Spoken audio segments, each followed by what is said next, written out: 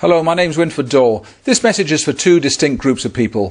For those that have just come across the research I'm doing into skill development and want to know, why is it there's been some critics of you hanging around for a while? And the second group is those who've known me from several years ago when I was doing all the work with thousands of children and adults with various types of learning difficulty. And in 2008, as far as they were concerned, I disappeared off the scene, and they want to know, what have I been doing ever since? So there's two groups, and I'll tell you. Well, what happened in 2008 was that we'd got amazing research, amazing ways of transforming people without drugs, using exercise-based therapies that were taking away the symptoms. But something I'd not considered in my strategic thoughts, it became a huge threat to various organizations, various people's reputations, researchers and so on. And so they attacked. On any scientific basis? Absolutely not. Were they prepared to lie? Yes, several of them were, because they were threatened by the fact that we were getting great success in transforming lives.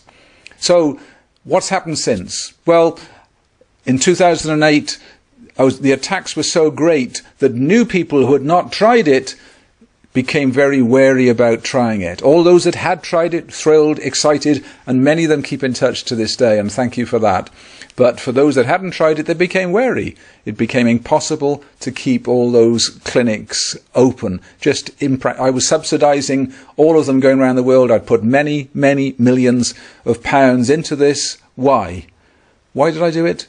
Because I had a daughter that attempted suicide. She'd suffered very, very badly with learning difficulties. Amazing girl, wonderful teachers, but could not learn basic skills at that time.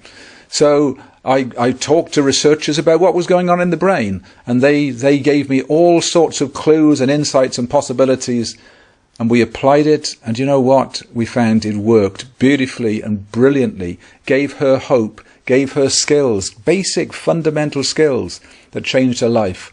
So we made that available through clinics around the world, and we changed many thousands of lives in that process.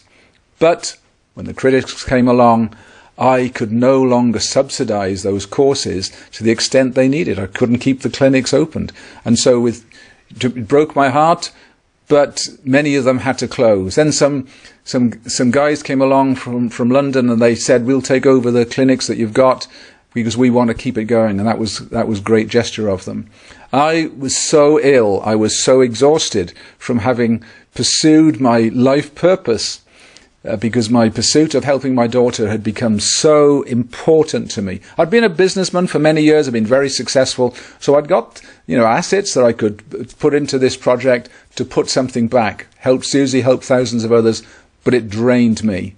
So I was so ill, I was so mentally and physically drained, I took 18 months off.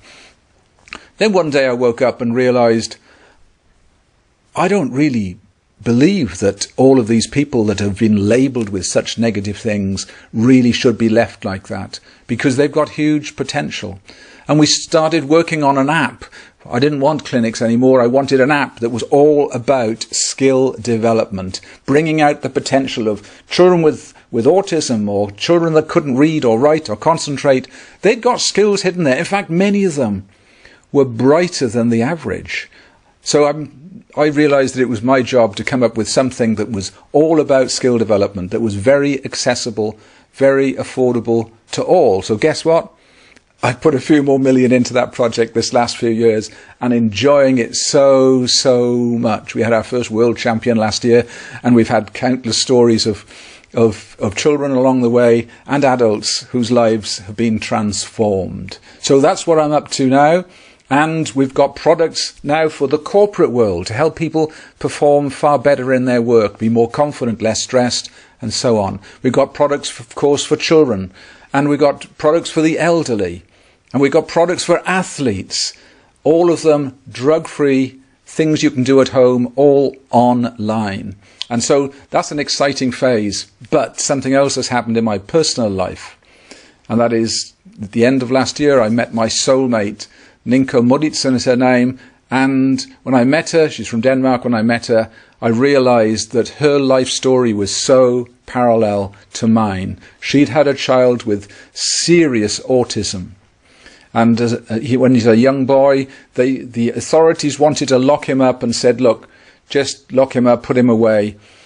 And she said, I can't do that. And she toured the world looking for nutritionalists, looking for doctors who understood how to detox. And she came up with some programs. And guess what? She transformed her son's life. And since then, every year, she transformed